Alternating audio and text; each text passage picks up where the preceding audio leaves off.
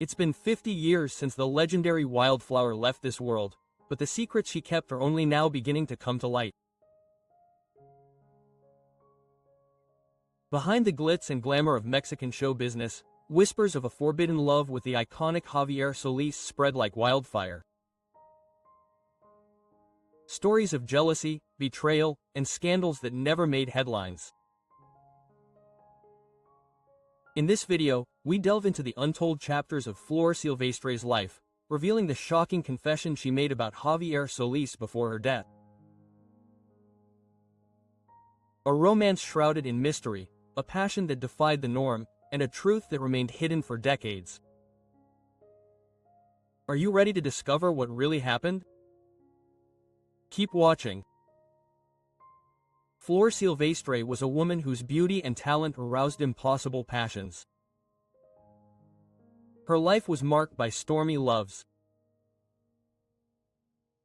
The turbulent romance with Paco Malgesto, the enduring love with Antonio Aguilar, and the whispered rumors of a forbidden affair with Javier Solís, the legendary Lord of Shadows. Long before that, Javier Solís had even flirted with Flor Silvestre's mother, adding another layer of intrigue to the story. Over time, jealousy and scandal boiled over.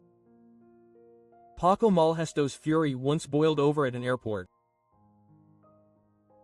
Flor ran off with Antonio Aguilar amid public scrutiny, and Javier Solís, with his velvety voice and notorious reputation as a womanizer, became the center of tension. The drama extended beyond individual relationships. In the artistic caravans of the era, the nights were long, the stars shone, and romances multiplied. Figures such as Lucha Villa, Jalisa, and even the fierce Irma Serrano crossed paths with Javier, generating entanglements that only fueled his myth. Even today, the controversy persists. Questions about Javier Solís' death remain unresolved. Did he really die from a simple medical error, a glass of water, or was there a covert plot behind his untimely departure? In the hidden corridors of Mexican show business, whispers of a romance between Flor Silvestre and Javier Solís circulated endlessly. Although it was never officially confirmed, suspicion was widespread. Solís, known as the Lord of Shadows, possessed a voice so velvety that it made anyone shiver, captivating his admirers and disconcerting his rivals. A detail that few remember. Javier Solís was married 4 times but never divorced any of his wives. How did he achieve this? It remains one of the greatest enigmas for biographers and fans. According to accounts, he managed these entanglements with remarkable cunning, sometimes using false names, other times performing symbolic ceremonies that appeared official but lacked legal validity. This ingenuity allowed him to marry repeatedly without consequences, cementing his reputation as a masterful artist and a complex and enigmatic figure. But Javier Solís' love life extended far beyond his 4 wives.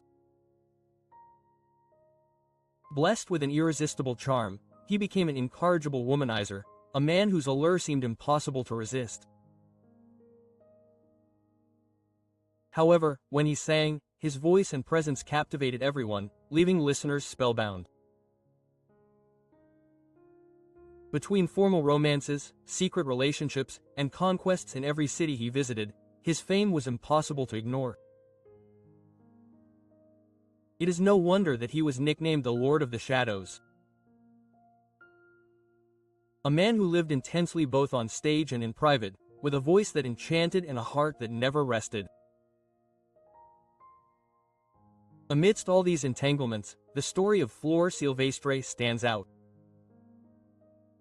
Solís courted her while they worked on film productions, and the connection between them was inevitable. Flor, married to Antonio Aguilar, was drawn to Javier, who had been hired to star alongside them in films that became box office hits.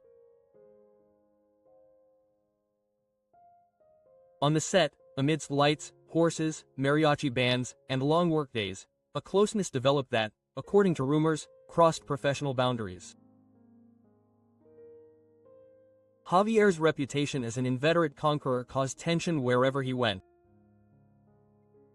His behavior earned him enemies, even among close colleagues.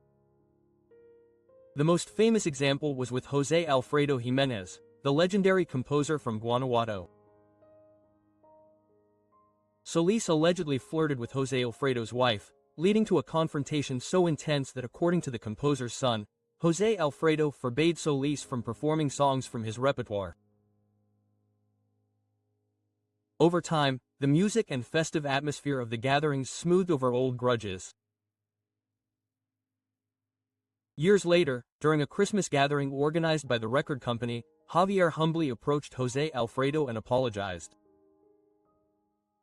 The moment became historic. Amid guitars and celebratory toasts, the two reconciled. As if in truce, Solís recorded José Alfredo's songs, returning to the public what once seemed impossible. With Antonio Aguilar, the story took an unexpected turn. Unlike many of his colleagues, the Charro from Mexico never saw the danger coming. It was said that Javier Solís, true to his reputation as an inveterate womanizer, dared to court Flor Silvestre, Antonio's wife. It was not a simple rumor. Years later, Pepe Aguilar would confirm it in interviews. According to Pepe, Javier even had the audacity to tell his mother, "Leave your Charro dog rider alone." It was a direct, brazen, and provocative phrase that revealed the audacity of the so-called Lord of the Shadows. Pepe tried to confront Javier about it, demanding that he stop his audacious pursuit, but the words remained etched in his memory. The most curious revelation came later. Pepe, who had admired Javier's voice since he was a child, did not understand why his mother could not stand to hear it at home. "Oh, what horrible things. Change it, please, erase it." "Why?" she insisted. Every time a Solís record was played, Flor reacted firmly. "Take it off, take it off." For Pepe, this was incomprehensible. He considered Javier to be one of the best singers of his generation. One day, intrigued, Pepe asked his mother directly why she reacted that way. It was then that Flor made a confession that would change his perception forever. She didn't want to listen to Javier because it brought back bad memories, she explained. "My mother told me because I had always loved Javier Solís music." That simple phrase opened a window into a truth that had been kept silent for decades. Behind that velvety voice was a story that Flor preferred to forget, but that continued to vibrate in every note that Solís left behind for eternity. Pepe later recalled thinking, "She was ready to tell me. I told her, 'Oh, now I understand. That's why you didn't like him.'" Flor Silvestre's silence. The most striking thing about this story is the silence that Flor Silvestre maintained for decades. It was never known that Antonio Aguilar had made any claims against Javier Solís, nor that there was any dispute between them due to rumors or insinuations. Flor simply listened, kept her thoughts to herself, and stored the experience in her memory. This silence raises many questions. Javier's words were so powerful that she could not ignore them. Did she keep silent about feelings she preferred not to reveal? Or did she decide to remain discreet to protect her marriage to Antonio, avoiding bringing a story from the past to light? The truth is that she never told her husband. It was only years later, when Javier Solís had already passed away, that she confessed the story to her son Pepe Aguilar. It was then that Pepe finally understood why his mother could not bear to hear the voice of the Lord of Shadows. Each note evoked memories that she preferred to forget. What had been kept silent for decades was never a public scandal. It became an intimate trust between mother and son. Memories, unspoken grudges, and Flor Silvestre's private complaints. They say that when someone can't stand hearing someone else's voice, it's often because that voice awakens memories full of resentment. In the case of Flor Silvestre and Javier Solís, show business analysts point to the same thing. When Flor turned off the music or barely heard him sing, it wasn't indifference. It was because that velvety voice stirred up feelings that were once intensely alive. As the immortal phrase goes, only what is loved is hated. Flor's sister shed more light on those years. She explained that when Flor was married to Paco Malgesto, the renowned Mexican announcer, life at home was far from easy. Flor and Paco had 2 children, Francisco and Marcela Rubiales. But when Flor had to go on tour with the artistic caravans, it was her dark-haired sister who took care of the little ones. These tours could last for months and Flor had to leave her children under her sister's protection in order to fulfill her artistic commitments. Her prolonged absences led Paco to become frustrated. He felt abandoned, helpless and, above all, tormented when he imagined what his wife did during those long periods away from home. The truth was obvious. Flor Silvestre was a beautiful and captivating woman, desired by many and in the prime of her youth. She had already been through 2 marriages, but she continued to be the object of desire for numerous suitors, all attracted by her irresistible charm. Caught between Paco's jealousy, the endless demands of her tours and rumors of forbidden romances, Flor Silvestre experienced a whirlwind of passion, intrigue and suspicion that would accompany her throughout her life. In her own words, she struggled with the elusive search for true love, feeling torn between the intensity of her relationship with Paco Malgesto and the undeniable attraction to Antonio Aguilar. During her marriage to Paco Malgesto, Flor Silvestre's life was marked by contrasts. The dazzling brilliance of the stage often clashed with the storm brewing at home. Paco, a renowned announcer and respected figure in Mexican radio, struggled to contain his jealousy toward a woman as magnetic and dazzling as Flor. Far from the discretion expected of women at the time, Flor radiated confidence and charm. She wore daring outfits, moved with a natural bearing, and remained determined to pursue an artistic career that kept her on tour for months at a time. Her independence and visibility only fueled Paco's insecurities at home.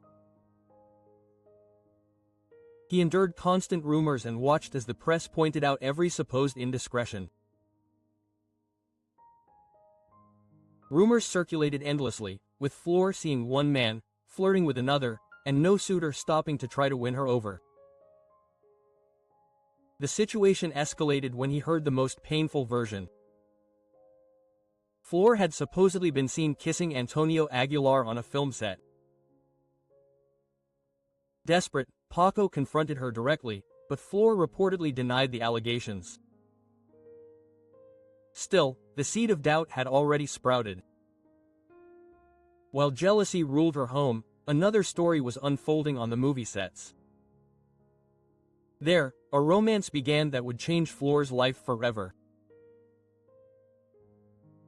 She met Antonio Aguilar, the man with whom she would later form one of the most iconic partnerships in Mexican music history. The story of Flor Silvestre and Antonio Aguilar was far from a simple crush on a film set. In fact, Flor had known Antonio for years, dating back to his days as a radio announcer. Even then, he had captured her attention, but she was newly married to Paco Malgesto, making any romantic endeavors seem impossible. However, fate had other plans. They crossed paths again on a movie set, and amidst the scenes, horses, and music, a spark flew. What began as mutual admiration quickly blossomed into a clandestine romance. The biggest obstacle was obvious: they were both married. Antonio acted quickly to resolve his situation, obtaining a divorce from his wife without difficulty. Flor, however, was trapped by Paco Malgesto, consumed by jealousy and public humiliation.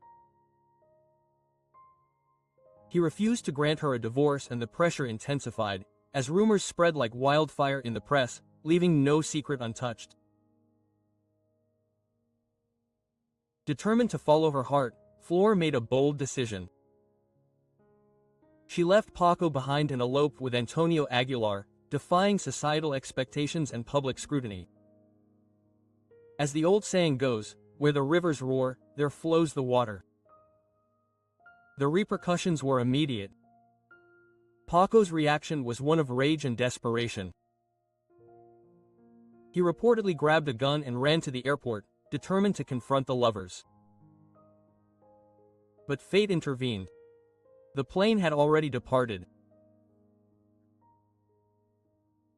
Flor and Antonio had run away together, beginning one of the most legendary love stories in ranchera music, leaving Paco heartbroken and furious, overshadowed by despair.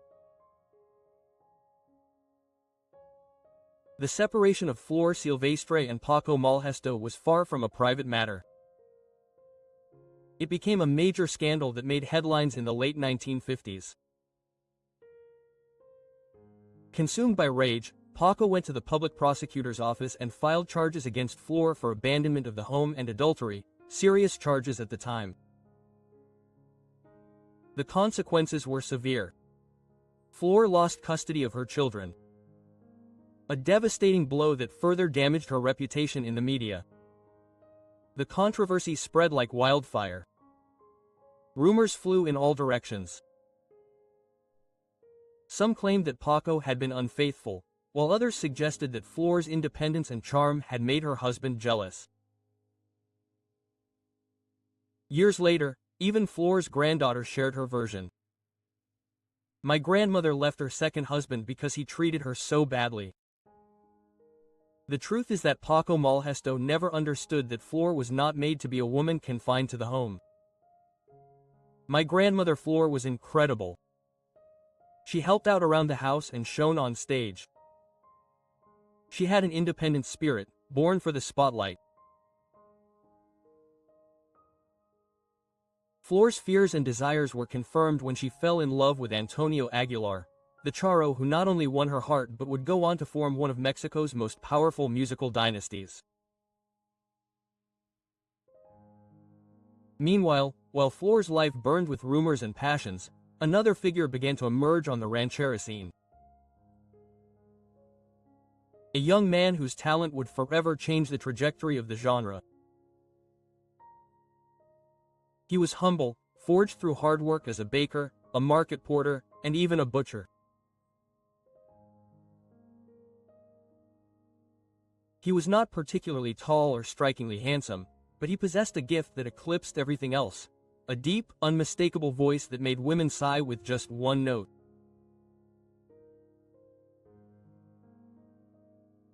This young man, originally from the Tacubaya neighborhood, quickly became the sensation known as Javier Solís, the Lord of the Shadows. Javier's talent soon took him to the nightclubs and concert halls of Mexico, placing him in direct competition with the most prominent artists of the time. And although no one anticipated it, fate would bring him closer to the world of Flor Silvestre. Amidst music, rumors, and forbidden passions, Flor and Javier's paths crossed through boleros. When Flor first heard his voice, she couldn't contain her admiration. What a beautiful voice! That voice belonged to Javier Solís, a rising star who had been recruited by Guillermo Vallejo, director of the famous Corona Caravan. The connection felt inevitable. Although Flor shone in rancheras, her true love was boleros, romantic songs that moved more deeply than any other genre. And that was precisely Javier's hallmark, a velvety and sentimental style that won over listeners, including Flor herself. Paradoxically, her husband Antonio Aguilar had also started out as a bolero singer before transitioning to ranchera under the mentorship of Pedro Infante and Guibarito Hernandez. But what captivated Flor from the beginning was not rancheras, but the air of romanticism that Javier embodied. In those artistic caravans, life seemed like an endless celebration. The Corona caravan traveled alongside stars like Lucha Villa, and each night was filled with music, applause and adventure. Legendary figures like José Alfredo Jiménez, Miguel Aces Mejía, Los Panchos, Enrique Guzmán, Irma Serrano, Jalisa and supposedly Flor Silvestre participated in these unforgettable trips. As expected, with such constant closeness and sleepless nights, romances were everywhere. Love stories were as much a part of the caravan as the music itself. One of the most talked about was Lucha Villa's affair with a young guitarist from the Absent Boys named Arturo Durazo. Not the famous Mexico City policeman, but a musician from the band who figuratively shot the big girl from Chihuahua. Lucha's mother was never one to hide her feelings and encouraged her daughter's romances. Driven by passion, Lucha made quick and impulsive decisions. She married the young man in a fit of rage, although he soon tired of the union. What truly fascinated Lucha, however, were the interesting, creative, and admirable men. The simple guys couldn't hold her attention. By many accounts, that whirlwind marriage was more an act of rebellion than love. During that same period, Lucha Villa also had an affair with José Alfredo Jiménez. The Guanajuato-born singer, famous for his talent and constant pursuit of women, managed to keep her heart and her jealousy at the same time, creating another chapter in the passionate and complicated lives of the stars of the caravan. In a fit of pride, Lucha Villa married the young guitarist to defy José Alfredo Jiménez. Interestingly, José Alfredo himself ended up witnessing the wedding, a gesture as ironic as it was picturesque, a moment that could only occur amidst the excesses and contradictions of that golden age of Mexican music. Meanwhile, Jalisa fell in love with Benny and Barra. On those tours, love seemed to travel with the artists, a family spectacle that delighted everyone. Amidst this turmoil, Javier Solís began courting Flor Silvestre. As the saying goes, a pitcher pours water until it breaks. His persistence eventually led to a clandestine relationship. According to accounts, this romance began in 1964 during a period filled with tours, films, and recording sessions. The problem was Javier's double life. On the one hand, he would ask Flor to leave Antonio Aguilar. On the other, he kept a girlfriend in every city he visited. His fame and velvety voice made him irresistible. While Flor waited for meetings, he would disappear with other admirers who crossed his path. Hurt and frustrated, Flor often complained about his lack of seriousness, but Javier's promises were rarely kept. Flor soon realized that he was unreliable. She told him that she would not change her charro for a man of mere words. Even when Javier tried to calm her down by keeping quiet for a few nights, his flirtatious nature eventually betrayed him. Still, during that tour, their romance burned brightly. Nights of total surrender, secrecy, and music created a passionate connection between Flor Silvestre and Javier Solís, but one destined for heartbreak. The breakup came when the tour ended and everyone returned home. The following month, the Corona caravan resumed, this time with a new member, Sonia Lopez, the famous voice of Sonora Santanera. From the moment she arrived, Javier seemed captivated by her. He spent all his time with Sonia, chatting, laughing, and sharing meals, which did not go unnoticed by Flor. She soon noticed his indifference, and her heart ached. One afternoon, unable to bear it any longer, Flor confronted him. "What now? Are you going to be with her?" Javier, laughing nervously, insisted that they were only friends, but Flor was not convinced. Her discomfort increased when she saw Javier and Sonia laughing together in the hotel lobby. Feeling that they were making fun of her, she demanded to know what they were laughing about. Their response, which was something private, ignited her pride. Flor exploded, calling Javier a lout. From that moment on, their passionate and clandestine romance transformed into resentment and distrust. She became convinced that he had spoken badly about her to other members of the caravan, and what had once been passion and sleepless nights slowly gave way to distance, bitterness, and contempt. During those endless artistic caravans, where the nights stretched on and the music never stopped, Javier Solís never settled for just one romance. He also reportedly became involved with Irma Serrano, the Tigress, an event that proved to be the straw that broke the camel's back for Flor Silvestre. Already loaded with resentment and distrust, Flor's anger toward Javier, who she felt had betrayed her, only intensified. Despite everything, Flor could never understand why her husband Antonio Aguilar continued hiring Javier for his films. In moments of anger, she confronted him. "Why did you hire him?" Antonio, ever the pragmatic and business-minded man, responded coolly, "Because he sells his name, he attracts the public, he fits in with our projects." However, the truth was evident to those who knew Javier. He was an incorrigible womanizer. He flirted openly with committed women, confident that they would never take him seriously. His charm and velvety voice opened doors for him everywhere, but also earned him enemies in high places. The end came too soon. Javier Solís died young and his passing remains shrouded in mystery. Officially, it was said that he succumbed to an electrolyte imbalance that caused cardiac arrest.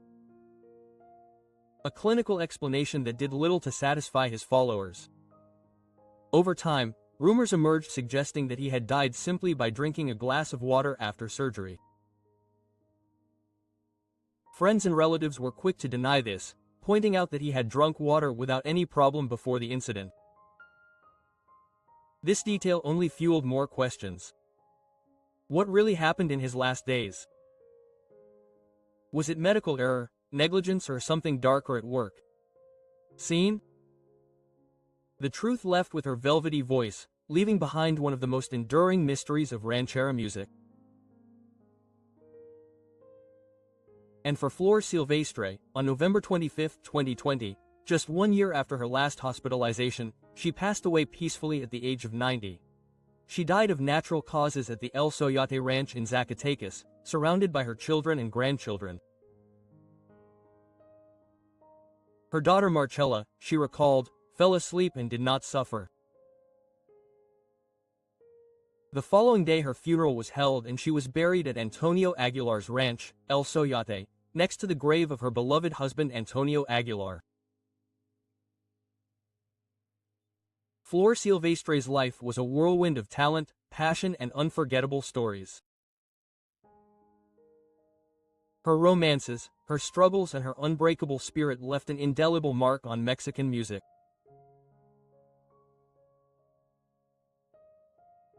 From her scandalous love affairs to her heartfelt confessions about Javier Solís, her story reminds us that behind every legend there are secrets and emotions that shape her legacy. What do you think was the most shocking revelation about Flor Silvestre and Javier Solís? Share your thoughts in the comments and don't forget to like this video and subscribe for more stories exploring the hidden truths and dramatic lives of Mexico's musical icons. C.